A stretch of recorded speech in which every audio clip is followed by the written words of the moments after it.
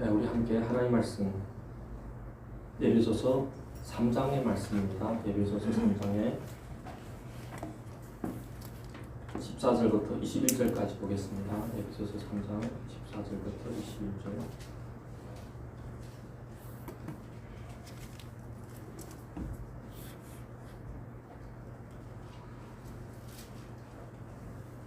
제가 읽을 때 속으로 함께 따라 읽겠습니다. 이러므로 내가 하늘과 땅 위에 있는 각 족속에게 이름을 주신 아버지 앞에 무릎을 꿇고 비오니 그의 영광의 풍성함을 따라 그의 성령으로 말미암아 너희 속사람을 능력으로 강건하게 하시오며 믿음으로 말미암아 그리스도께서 너희 마음에 계시게 하시옵고 너희가 사랑 가운데서 뿌리가 박히고 터가 굳어져서 능히 모든 성도와 함께 지식에 넘치는 그리스도의 사랑을 알아 그 너비와 길이와 높이와 깊이가 어떠함을 깨달아 하나님이 모든 충만하신 것으로 너희에게 충만하게 하시기를 구하노라. 우리 가운데서 역사하시는 능력대로 우리가 구하거나 생각하는 모든 것에 더 넘치도록 능히 하실 이에게 교회 안에서와 그리스도 예수 안에서 영광이 대대로 영원 무궁하기를 원하노라. 아멘. 아멘. 성경에는 많은 기도가 있는데 그 가운데 많은 믿음의 선배들이 기도가 있습니다. 믿음의 선배들의 기도, 그게 보면 아브라함의 기도, 창세기에 보면 아브라함이 소돔 고모라를 위해서 하나님 앞에 기도하는, 중보 기도하는 장면이 나오죠. 야베스의 기도가 있습니다. 야베스. 그는 고통 중에 태어나서 어떻게 보면 그때 당시 상황으로서 살 가망이 전혀 별로 없는 상황에서 그는 하나님 앞에 간절히 기도함으로써 그 고통이라는 그 야베스 그 이름이 완전히 180도 전환되어서 그는 이 땅에서 복 있고 영향력 있는 그런 사람으로 세워지게 된 것을 보게 됩니다. 그리고 다윗의 기도가 시편에 많이 기록되고 있습니다. 그리고 우리 전번에 주기도문 예수님이 가르쳐준 그 기도를 우리가 7번 거쳐서 배웠는데 우리가 그 기도를 우리가 배우면서 우리는 그런 기도 가운데서 하나님의 그 아름다운 영성을 우리가 받아야 됩니다. 그리고 신약에서는 예수님 다음으로 우리에게 기도를 많이 가르쳐준 분이 있다면 바로 바울입니다. 바울의 기도가 주기도문 다음으로 상당히 위대한 기도로 이렇게 알려져 있고 있습니다. 주기도문 다음으로 위대한 기도. 이때 당시 바울이 어떤 상황에 있었느냐? 바울이 이때 당시 감옥에 있을 때입니다. 그래서 에베소서, 빌립보서, 골로새서 이것은 다 옥중서신이에요. 바울이 감옥 안에서 감옥이 어떤 곳인지 우리는 잘 모르겠지만 그래도 어느 정도 추측이 가잖아요. 감옥이라 하면 지금도 감옥이 너무 좋은 곳은 아니잖아요. 그때 당시 감옥은 상당히 그 여러 가지 상황과 환경이 열악한 곳이었어요. 그런데 감옥 안에서 감옥 바깥에 있는 성도들에게 기도를 가르쳐주면서 또 자기는 그곳에서 열심히 기도하면서 기도를 가르쳐주고 또 자기를 위해서 기도할 것을 권하면서 기도에 대한 중요성을 바울이 말씀하시는 모습을 우리가 보면서 보게 됩니다. 우리 오늘의 말씀 속에서 바울의 기도 상당히 그 주기도문 다음으로 상당히 그 우리가 배워야 될 기도인데 이 기도를 통하여서 우리가 영적으로 성숙하게 됩니다. 어릴 때 여러분들 그런 경험이 있잖아요. 나도 빨리 어른이 되면 어떤 사람들은 자전거 탈 수 있는데 또 차를 운전할 수 있는데 어른이 되면 큰 일을 할 수 있는 것처럼 이렇게 생각하면서 빨리 성장하기를 그렇게 원했던 거예요. 그렇다면 우리들이 영적으로 성장하기를 갈망하고 있나요? 영적인 성장이 얼마나 우리에게 중요한지 모릅니다. 예수님은 말씀합니다. 내 믿음대로 될지어다. 내 믿음대로 될지어다 하는 말씀은 그 사람의 믿음의 고백대로 된다는 의미도 있겠지만은 믿음의 성숙함 따라 하나님께서 우리에게 우리 그 그릇이 준비된 대로 모든 것을 허락하여 주신다 하는 것을 가르쳐주고 있는 것입니다. 믿음의 분량이 중요합니다. 지금 이 시대 가운데 코로나로 인하여서 또 여러 가지가 특히 예배도 그렇게 자유스럽게 드리지 못하는 이런 상황 가운데 있는 이 상황 속에서 우리들은 어떤 삶을 살아야 될까요? 세상 사람들은 세상적인 방법으로 살겠지만은 하나님의 자녀들은 믿음으로 살아야 됩니다. 하나님의 종들은 믿음으로 살아야 됩니다.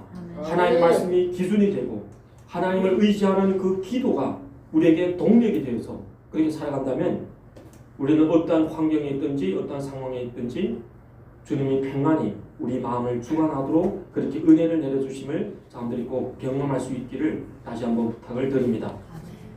오늘의 말씀 속에서 기도의 중요성을 우리가 너무나도 많은 곳에서 말씀하셔서 기도의 중요성은 더 말하기는 그런데 기도의 중요성이 뭡니까? 기도는 하나님께서 우리에게 주신 특권이죠. 특권. 이것은 예수 믿는 우리에게 기도를 할 수 없는 그런 권한이 기도를 할 수 없도록 우리를 하신다면 우리가 얼마나 비참하겠어요. 그러나 하나님께서는 어떠한 상황에 처하든지 꿈속에도 할지라도 꿈속에서 악몽을 꾸는 이런 두려움 가운데서도 기도할 수 있는 그 권한을 주셨어요. 그래서 기도는 뭔가 하면 호흡이에요. 기도는 하나님과 호흡인 거예요. 기도를 계속 하다 보면 우리 영적인 부분이 상당히 건강해지는 겁니다. 기도는 대화죠. 대화. 하나님과 계속 교제하다 보면 수준이 높아지는 거죠. 하나님의 수준으로 이렇게 닮아가게 되는 부분을 보게 됩니다. 오늘의 기도의 그 대상을 보면 기도 응답할 수 있고 우리 기도를 능히 가히 들을 수 있는 그 하나님 앞에 기도하는 것이죠. 이 14절 15절 말씀 봅시다. 이러므로 내가 하늘과 땅에는 각 족속에게 이름을 주신 아버지 앞에 무릎을 꿇고 비노니 하늘과 땅에 있는 각 족속에게 이름을 주셨다는 거죠. 어떻게 보면 그 동물들 이름은 누가 지었었어요? 아담 하와가 지었었죠. 그렇지만은 아담 하와를 누가 창조했나요? 하나님이 창조했죠. 그래서 중요한 것은 하나님께서 모든 만물의 이름을 지어준 것과 마찬가지라는 거죠. 그리고 하나님은 그것을 보살피고 계시고 하나님은 통치하고 계신다 하는 것을 말씀하고 있습니다. 모든 만물의 최고 통치자이시며 지금도 보존하고 계시는 그 하나님 앞에 하나님 아버지 앞에 무릎을 꿇고 빈다고 말씀합니다. 우리가 의자를 놨기 때문에 무릎을 꿇는 기도를 별로 안 하는 그런 부분들이 많습니다. 하나님 앞에 무릎 꿇는 자세가 상당히 중요한 것 같아요. 저도 현장에서 일하다 보니까 무릎이 아프다는 핑계로 무릎을 많이 꿇지 않았는데 어떤 데는 기도하다가 자기 스스로 건방지다 이런 느낌이 들 때가 있어요. 어떤 데는 무릎을 꿇어야죠. 하나님 앞에 무릎을 꿇고 마음으로 겸비한 자세로 하나님 앞에 진짜 무릎을 꿇고 하나님 앞에 기도하는 바울이 옥중에서 무릎을 꿇고 기도한다는 거죠. 구약의 선지자였던 사무엘은 뭐라고 얘기합니까? 내가 하나님 앞에 하나님의 백성들을 위해서 기도에 쉬는 죄를 범치 않겠다고 말씀합니다. 엘리야 기도를 보세요. 엘리야는 어떻게 기도하나요? 비가 다시 오기를 위해서 기도할 때 그는 그 산에서 갈멜산에서 기도할 때 그 기도는 성경은 묘사하기를 머리가 무릎 사이에 들어갈 정도로 기도했다고 말씀합니다. 그것은 엄청난 간절함을 얘기합니다. 그렇게 기도했던 사람들의 경험에 의하면 그렇게 기도할 때 그 창자가 막 끊어지는 것 같은 그런 통증을 겪는데요. 그러면서 자연적으로 머리가 무릎 속에 들어갈 수 있도록 그렇게 되는 자세를 말씀하고 있는데 오늘의 말씀 속에서 우리들은 하나님 앞에 무릎을 꿇고 기도하는 그런 자세가 필요한 거예요. 계속 이렇게 의자에 앉아서만 기도하지 말고 하나님께서 감동을 주시면 무릎을 꿇고 기도하고 또 손을 들고 기도하고 우리가 손을 들고 기도하는 것이 상당히 중요한 것 같더라고요. 손을 들고 기도하면 진짜 그 전율이 이렇게 내려오는 것 같은 그런 느낌을 경험할 때가 있어요. 손을 들고 기도할 때 하나님의 능력이 손이 나의 손과 이렇게 연결되는 그런 경험을 우리들이 하게 된다는 겁니다. 오늘의 말씀 속에서 기도의 대상은 하나님 아버지죠. 모든 사람, 이 세상에 지금 예수 믿는 사람 얼마나 많습니까? 한 20억 가까이 되는데 그렇게 많은 사람들이 동시에 기도할지라도 하나님은 그 모든 기도를 다 들을 수 있는 또 그 기도에 대해서 응답을 줄 수 있는 그 하나님 앞에 우리들은 무릎을 꿇고 기도할 수가 있어야 된다는 것을 말씀하고 있습니다. 오늘의 말씀 속에서 이때 당시 상황은 어떤 상황이었는가 하면 그 네로 황제가 그 교회를 극히 박해할 때입니다. 네로 황제에 대한 그 영화를 우리가 보셨죠? 네로 황제에 대한 그 영화를 보면 네로 황제가 그 미친 행동을 하죠. 그런 노래를 작곡합니다. 상당히 예술가예요, 예술가. 그러면서 그는 실제적으로 어떤 환경을 만드는 거예요. 노래 작곡하면서 노래를 할 때 어떤 환경을 만드는데 그 환경은 상당히 그 웅장한 환경을 만들기 원하는 거예요. 그러다가 이 사람이 한번 어떤 아이디어가 생겼는데 로마 성을 불태우는 거예요. 로마 성을 불태우고 어떤 일부분이겠죠. 자기가 살고 있는 궁전이 아니고 태우면서 그 불타는 모습을 보면서 노래를 하는 거예요. 그렇게 미친 사람이 로마를 통치할 때 예수님을 믿는 사람들을 엄청나게 박해를 했다는 거예요. 그때 당시 베드로도 십자가에 거꾸로 못 박혀 죽은 그런 상황이었어요. 그때 당시 나중에 그 바울도 순교를 당하게 되는 그런 장면이 나오고 있습니다. 이런 박해 가운데서, 이런 고난 가운데서 성도들이 그 상태가 어떻게 돼야 되느냐? 믿음이 성숙해야 되고 강건해져야 됩니다. 왜서 성숙해야 되고 강건해져야 될까요? 그것은 우리 예수님을 믿는 것은 영적인 싸움이잖아요. 영적인 싸움. 예수 믿는 것은 영적인 싸움입니다. 우리에게도 계속 다가오잖아요. 믿음이 조금만 연약해지면 여러 가지 세상적이고 정욕적이고 또 음란의 생각이라든지 여러 가지가 세상의 그 물질 세계가 우리 마음을 막 자리를 잡고 우리 마음을 괴롭히는 것을 우리가 경험하게 됩니다. 세상적이고 정욕적이고 마귀적인 생각들이 우리를 공격하고 있어요. 왜 이 땅에 살아가면서 우리가 믿음이 강건해져야 되느냐? 영적인 싸움이기 때문에 그래요.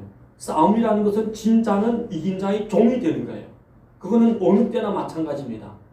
육신적으로도 그렇고 영적으로도 마찬가지입니다. 그래서 우리가 지면 종이 되는 거예요. 마귀 종이 되고 세상의 종이 되고 종이 되어서 우리들은 그 멍에 안에서 살게 된다는 겁니다. 그래서 우리들은 영적으로 성장해야 되죠. 그래서 그런 핍박과 환난 가운데서 믿음이 성숙하지 않으면 두려움이 생기는 거죠. 두려움이 생기고 또 여러 가지 공포가 생기고 지금 현대인들 가운데 많은 병들이 있죠. 무슨 병이 있습니까? 이전에는 전혀 들어보지 못한 한 10년, 15년 전에 한 20년 전에는 전혀 들어보지 못했던 뭐 우울증이라든지 조울증이라든지 뭐 공황증이라든지 뭐 치매라든지 여러 가지 많은 현대 병들이 지금 계속 또 새로운 그 전염병들이 계속 새로 생기고 있는 이런 시대 가운데 우리 믿음이 연약하면 흔들리게 되어 있어요. 믿음이 연약하면 두려움과 근심 가운데 우리가 하나님의 자녀로서 빛을 발할 수가 없다는 거죠. 예를 들어서 어떤 사람이 순교당할 때 이 사람은 분명히 죽게 됩니다. 분명히 죽게 되는데 핍박 가운데 죽게 되는데 예수님을 부인하고 죽는 사람이 있어요. 근데 어떤 사람은 예수님을 상당히 크게 선포하면서 예수님의 이름을 고백하면서 주는 그리스도시요 살아계신 하나님의 아들이십니다. 나는 주님을 절대로 부인하지 않겠습니다. 그 요한의 제자였던 폴리카과 같은 사람이 불태워 죽이잖아요. 불태워 죽이는 상황 가운데서 로마 군인들이 얘기하죠. 당신이 예수님을 부인하면 당신을 살려둘 것입니다. 그러지 않으면 화형에 처할 것입니다. 그러니까 그분이 뭐라고 고백하나요? 주님은 나를 한 번도 버린 적이 없는데 주님은 나를 끝까지 사랑하고 계신 난 주님을 부인할 수 없다. 나는 화형을 선택한다. 그 사람은 그렇게 화형을 당하면서 예수님에 대한 고백을 하고 화형을 당하는 그 모습이 있습니다. 우리가 이 땅에 살아가면서 지금 보면 여러 가지 상황이 예수 믿지 않은 사람은 당연히 여러 가지 혼돈과 두려움 가운데서 걱정과 근심 가운데서 물질의 노예가 되어서 끌려다니는 상황 가운데서 살아가고 있지만 우리들은 어떻습니까? 우리들도 거기에 비슷하게 살아가고 있지는 않습니까? 그래서 오늘 우리 본문의 말씀을 통하여서 이 기도를 함으로써 우리 믿음이 다시 하나님 안에서 건전하게 성장할 수 있기를 다시 한번 주 이름으로 부탁을 드립니다. 네, 오늘의 말씀에 그 16절 말씀 봅시다. 16절. 16절의 말씀. 16절에 보면 그의 영광의 풍성함을 따라 그의 성령으로 말미암아 너희 속사람을 능력으로 강건하게 하시오며. 여기서 보면 성도의 그 성숙함을 위하여서 성령으로 말미암아 우리 속사람을 능력으로 강건하게 하시며 하는 기도를 가르쳐주고 있습니다. 예, 속사람의 강건함이 중요합니다. 이 속사람은 그 위치가 어디 있는지는 정확하게 우리가 잘 사람들이 여러모로 얘기하고 있죠. 어떤 사람은 배에 있다, 속사람.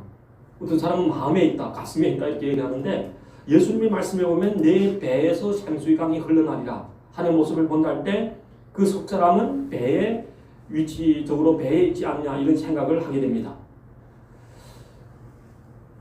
현대인들 많은 이렇게 새로운 병들이 생기고 요즘에도 봐요. 예, 그 뭐예요? 이삭이 금방 지나갔잖아요. 이삭. 이삭이 금방 지나갔는데 또 뭐예요? 예, 이름도 다 외국 이름이라 태풍이 계속 오고 있잖아요. 태풍이 생기고 있고 태풍 계속 그 태풍이 한국을 지나가야 되는데 한국을 관통하면 엄청난 피해가 임할 거예요. 올해 들어서서 제일 강력한 태풍이라 하는데 만약에 마지막 때를 당하면서 태풍의 그 강도도 점점 커지고 전염병도 보면 전 세계를 강타할 수 있는 이런 전염병들이 생기고 있는 이 시대 가운데 우리들의 믿음이 성숙하지 않으면 되겠나요? 그래서 오늘의 말씀 속에서 우리가 보면 그 속사람의 강건함이 너무나도 중요하죠. 그래서 어떤 사람들은 사지가 펑펑하죠. 어떻게 보면 겉으로 보면 상당히 그 속사람이 건강한 것처럼 느껴지지만 속사람이 건강하지 못한 사람이 상당히 많습니다. 그래서 멀쩡한 사람들이 막 자살하고 멀쩡한 사람들이 상당히 그 병으로 시달림을 받고 중독 가운데 그 사람들이 벗어나지 못하고 이런 현상을 우리가 많이 보게 되죠.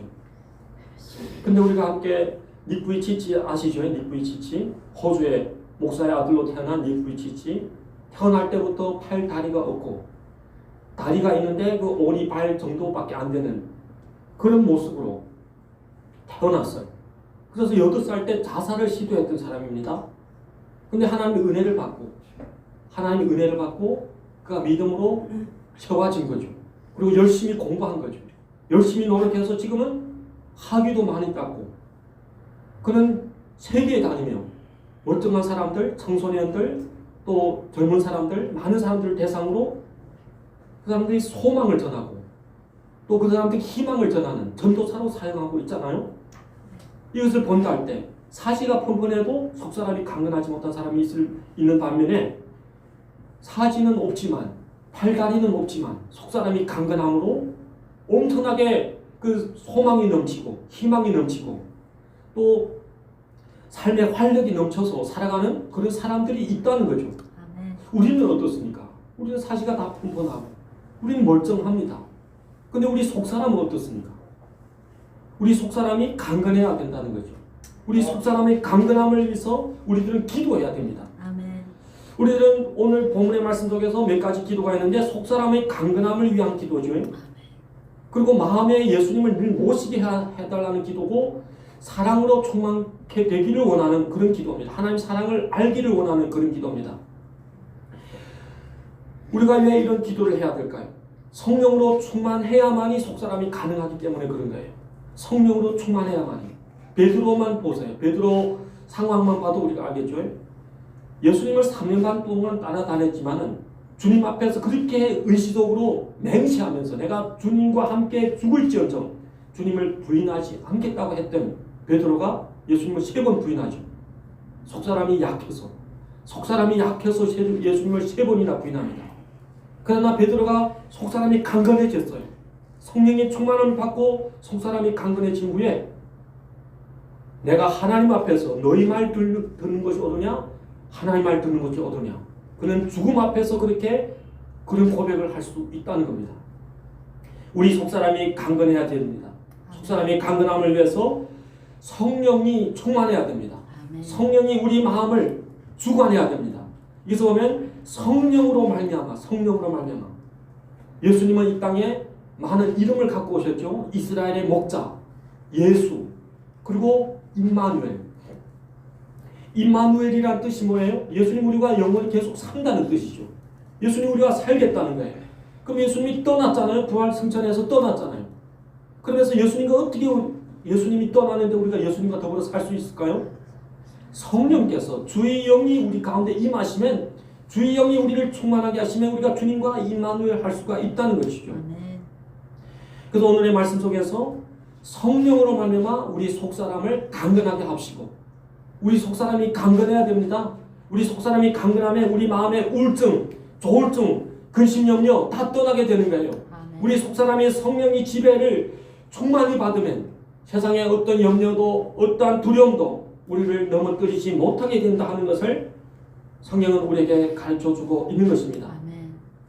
속사람이 강건해야 성령의 위로와 성령의 은혜가 임하면서 우리는 평안함을 누릴 수가 있는 겁니다.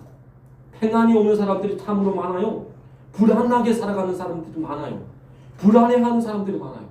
한국은 어떻게 보면 다른 나라들, 많은 몇백 개의 나라들 가운데 밤에 자유스럽게 다닐 수 있는 나라잖아요. 예를 들어서 미국 같은 나라는 총을 이렇게 스스로 개인이 소유할 수 있기 때문에 상당히 위험한 거예요. 미국에서 밤에 길을 가다가 손 들어 이렇게 할 때, 손 들으라고 할 때 뭐 이상한 동작을 하면 어떻게 될까요? 총에 맞아 죽는 거죠. 미국에는 총을 다 소유하고 있는 나라이기 때문에 마트에 들어가서 강도가 들어가서 손 들어 하면 그때 서랍을 열면 안 되는 거예요. 그럼 총에 맞아 죽는 거죠. 이것처럼 한국은 그런 현상이 많지 않다는 거예요. 그런데 사람들이 마음은 어떻습니까? 마음은 연약해져 가고 있고 여려져 가고 있고 상당히 두려움과 연약한 가운데 있는 거예요. 왜서 그렇습니까?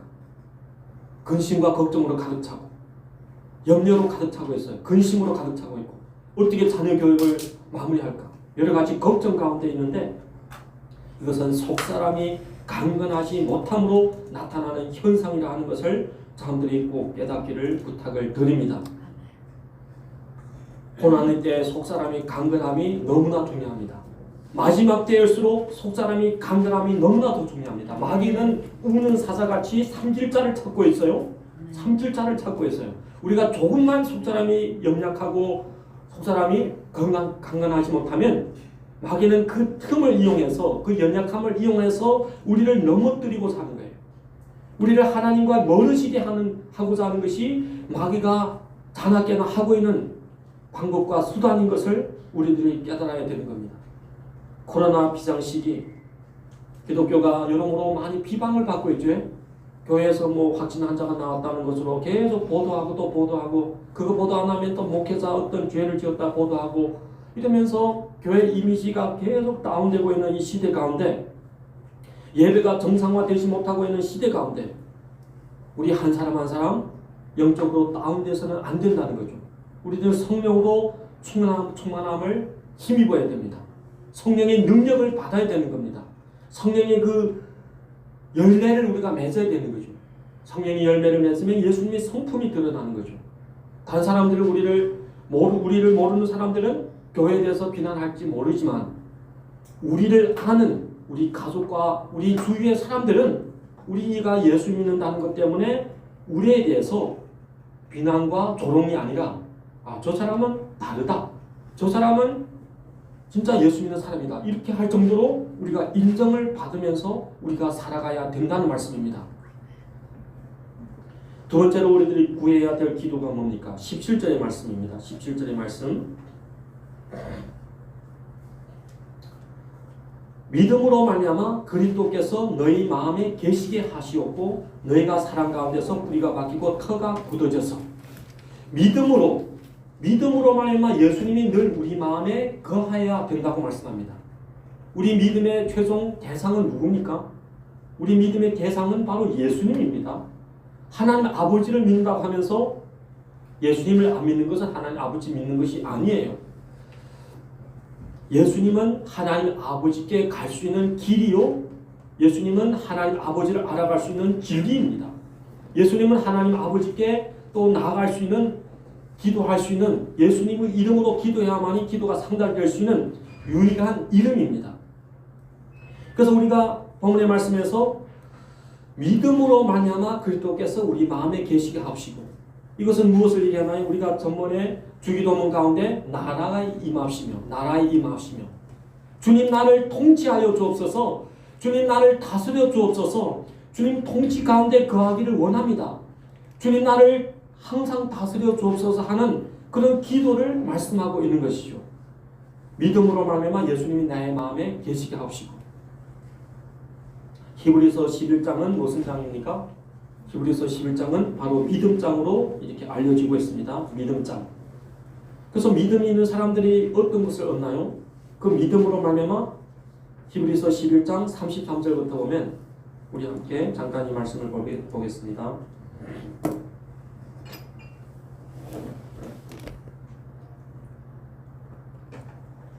33절부터 그들은 믿음으로 나라들을 이기기도 하고 의를 행하기도 하고 약속을 받기도 하며 사자들의 입을 막기도 하며 불의 세력을 멸하기도 하며 칼날을 피하기도 하며 연약한 가운데서 강하게 되기도 하며 전쟁에 용맹되어 이방 사람들이 진을 물리치기도 하며 여자들은 자기 죽은 자들을 부활로 받아들이기도 하며 또 어떤 이들은 더 좋은 부활을 얻고자 하여 심한 고문을 받되 구차히 풀려나기를 원하지 아니하였으며. 여기서 보면 믿음으로 어떻게 되나요? 믿음으로 전쟁에서 승리한다는 거죠. 전쟁에서 강력하게 세워진다는 거죠. 용감한 자세로 적들을 물리칠 수가 있다고 말씀하고 있죠. 우리가 그 다윗을 보세요. 다윗 소년이었습니다. 자기 형들에게 심부름 갔다가 전장에서 싸우는 그 이스라엘을 괴롭히는 그 골리앗을 보면서 그는 분노하는 거죠. 그는 의로운 분노가 일어난 거예요. 이스라엘을 상당히 무시하고 하나님을 조롱하는 그 골리앗을 향하여서 다윗은 어떻게 나갑니까? 너는 칼과 창으로 나오지만 나는 만군의 여호와 이름으로 내게 가노라 하면서 그는 물맷돌로 그 골리앗의 이마를 향해서 던졌을 때 그 물맷돌에 힘이 더해져서 하나님께서 힘을 더하여 주셔서 그 물맷돌이 골리앗의 이마에 박힘으로 골리앗이 죽게 됩니다. 그래서 그 전쟁에서 승리를 거두게 되는 겁니다. 그럴 때 그 다윗이 외친 말씀이 뭐예요? 만군의 여호와라, 만군의 여호와. 아멘. 지금 영적 전쟁, 여러모로 이렇게 마지막 때를 당하고 있는 우리에게 이것이 참으로 필요한 거예요. 계속 영적 전쟁이 진행되고 있죠. 우리 개인에게, 우리 교회에게, 또 교회를 대상으로 해서 정치 세계에서 계속 이런 것들이 진행되고 있는 상황 가운데 여호와 이름, 바로 지금 예수 이름을 높이 부르며 예수 이름으로 말미암아 우리들이 승리를 해야 된다는 것이죠. 오직 예수 이름만이 우리를 승리케 한다는 것을 말씀하고 있습니다. 그래서 이런 사람들은 히브리서 11장 38절에 보면 세상이 감당치 못하는 사람이라고 말씀합니다. 세상이 감당치 못한 사람. 세상에 있기에 아까운 사람이라는 거죠. 세상에 있기에 아까운 사람. 우리들이 그런 사람이 되어야 되는 거예요. 세상에 있기에 합당한 사람이 아니라 세상에 있기에 아까운 사람이 되어야 됩니다. 그래서 하루빨리 천국에 가야 될 사람인데 왜 이게 남아있느냐? 사명이 있어서 남아있는 그런 존재가 되어야 된다는 겁니다. 우리들은 믿음을 위해서 기도해야 된다는 겁니다. 우리 믿음이 상당한 것처럼 생각하고 자기 믿음이 어쩌면 더 진보할 수 없는 상황이라고 생각하는 어리석은 생각을 가져서는 안 되는 거죠. 그래서 성경은 뭐라고 우리에게 말씀합니까? 넘어질까 조심하라. 거기 전에 무슨 말씀이 있나요? 스스로 선줄로 생각하는 자는 넘어질까 조심하라. 우리는 믿음을 위해서 기도해야 된다는 거죠. 우리 믿음이 더 업그레이드 되고 우리 믿음이 더 강력하게 세워지도록. 그래서 이 믿음이 어디에 세워져야 되나요? 예수님이 말씀 위에 세워져야 된다는 것이죠. 17절에 보면 그리스도께서 너희 마음에 계시게 하옵시고 너희가 사랑 가운데서 뿌리가 박히고 터가 굳어져서 우리 뿌리가 우리 믿음의 뿌리가, 우리 터가 어디에 세워져야 됩니까? 바로 마태복음 7장에 말씀한 것처럼 세상에는 창수가 나고 풍랑이 있고 태풍이 분다는 거죠. 그러나 모래 위에 지어진 집은 어떻게 됩니까? 그 풍랑과 태풍 속에서 심히 파괴되지만 반석 위에 지어진 그 집은, 하나님의 말씀의 기초로 세워진 그 집은 무너지지 않는다는 겁니다. 견고하다는 겁니다. 우리는 이 땅에서 하나님께서 우리에게 원하시는 그 믿음을 우리가 소유하기 위해서 믿음을 강구해야 됩니다. 어떤 사람이 주님 앞에 와서 자기 아들이 죽어가고 있고 정신이 귀신이 들려서 상당히 생명이 위태로운 가운데 있어서 불에도 막 들어가고 물에도 막 뛰어드는 이런 상황 속에서 주님 앞에 왔을 때, 주님 할 수 있거든요, 우리 아들을 고쳐주소서 하는 거죠. 예수님께서 뭐라고 말씀합니까? 할 수 있거든요. 무슨 말이냐? 믿는 자에게는 능치 못함이 없느니라. 믿음을 가지라는 거예요. 우리가 가져야 할 것이 무엇입니까? 믿음입니다.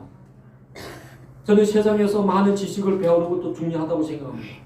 그러나 그 지식에 믿음이 없다면 그 지식은 교만하게 하고 그 지식은 하나님을 멀어지게 할 수가 있는 겁니다. 그 지식은 인간적으로 살아갈 수 있도록 그렇게 만들어 버리는 거지. 그러나 바울에게 세상 지식이 많았지만 그 지식에 믿음이 겸했을 때 그는 하나님 앞에 그렇게 귀하게 쓰임받는 귀한 존재로 인정받게 되었습니다. 바울이 만일 예수님을 만나지 못했다면 그렇게 많은 세상의 사람들이 바울의 이름을 기억할까요? 바울의 이름이라는 것이 없겠죠. 바울의 이름이 아니라 그때는 사울이었습니다. 사울이 예수님을 만난 후에, 사울이라는 것은 큰 자라는 거예요. 큰 자. 근데 사울이 하나님 만난 후에 바울이라는 이름으로 바꿔줘요. 작은 자라는 이름으로. 그래서 그가 기도하는 내용들 보면 무슨 내용이에요? 나는 날마다 죽노라. 나는 예수님의 십자가밖에 자랑할 것이 없노라. 그는 상당히 겸손함으로 늘 나아갔던 모습을 우리가 보게 됩니다. 세 번째로 바울이 우리에게 가르쳐주는 기도가 뭡니까? 18절 19절의 말씀 보면 능히 모든 성도와 함께 지식에 넘치는 그리스도의 사랑을 알고 그 너비와 길이와 높이와 깊이가 어떠함을 깨달아 하나님의 모든 충만하신 것으로 너에게 충만하게 하시기를 구하노라. 하나님께서는 우리들이 충만케 되기를 원하십니다. 충만케 되기를 원하십니다. 하나님이 충만하심으로 충만케 되기를 원하시는데, 여기서 세 번째 기도는 하나님의 사랑을 알고, 하나님의 사랑을 알아야 되는 거죠.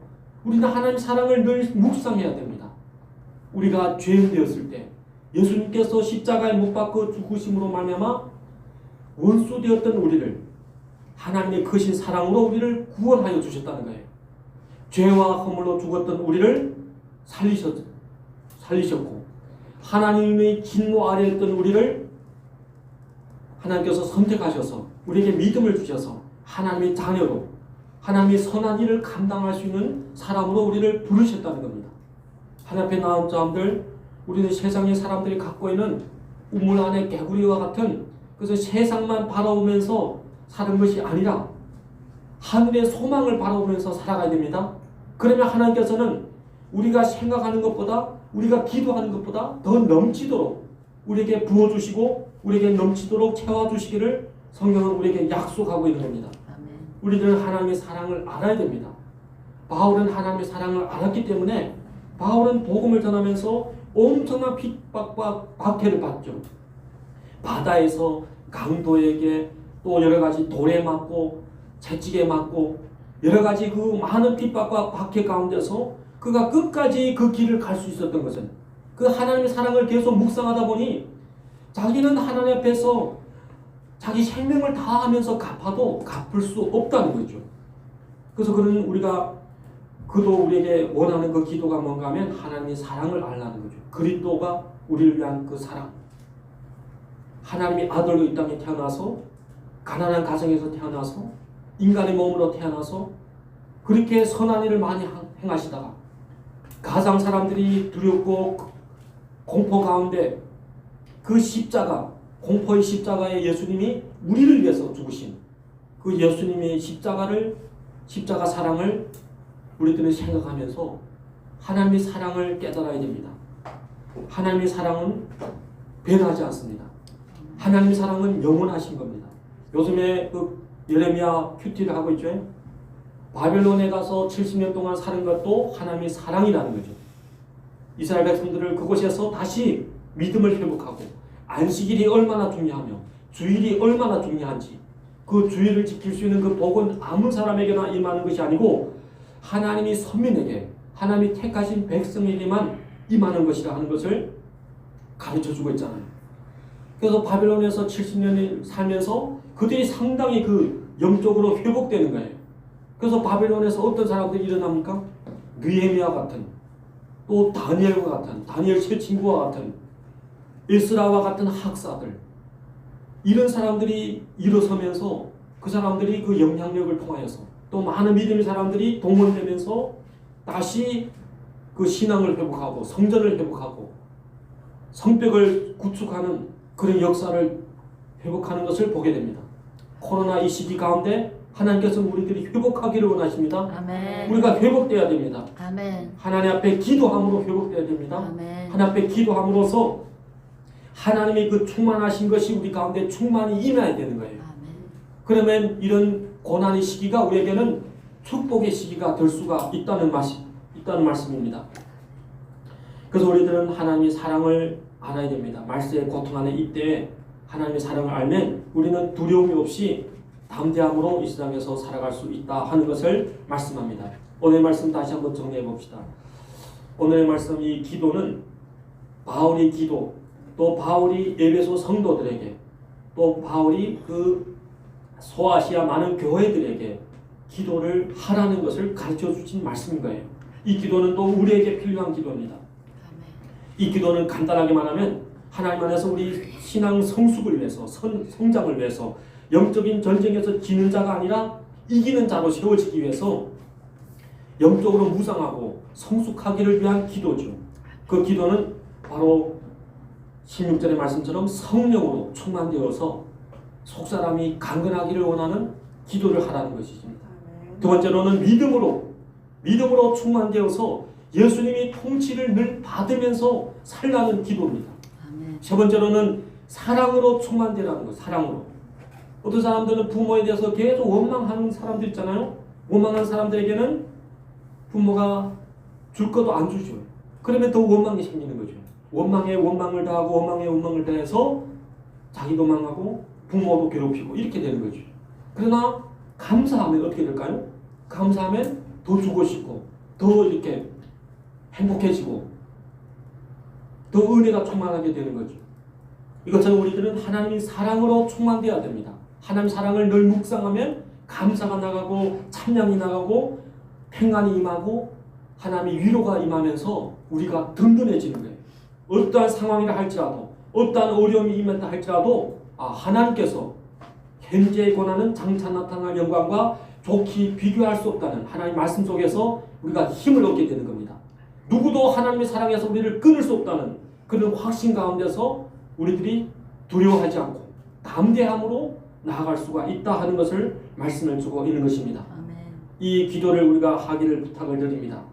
그의 영광의 풍성을 따라 그의 성령으로 말미암아 나의 속사람을 능력으로 강건하게 하시고 믿음으로 그리스도께서 나의 마음에 계시게 하시고 내가 사랑 가운데서 뿌리가 박히고 터가 굳어져서 모든 성도와 함께 지식이 넘치는 그리스도의 사랑을 알아 그 너비와 길이와 높이와 깊이가 어떠함을 깨달아 하나님의 모든 충만하신 것으로 충만되게 하시기를 구하노라.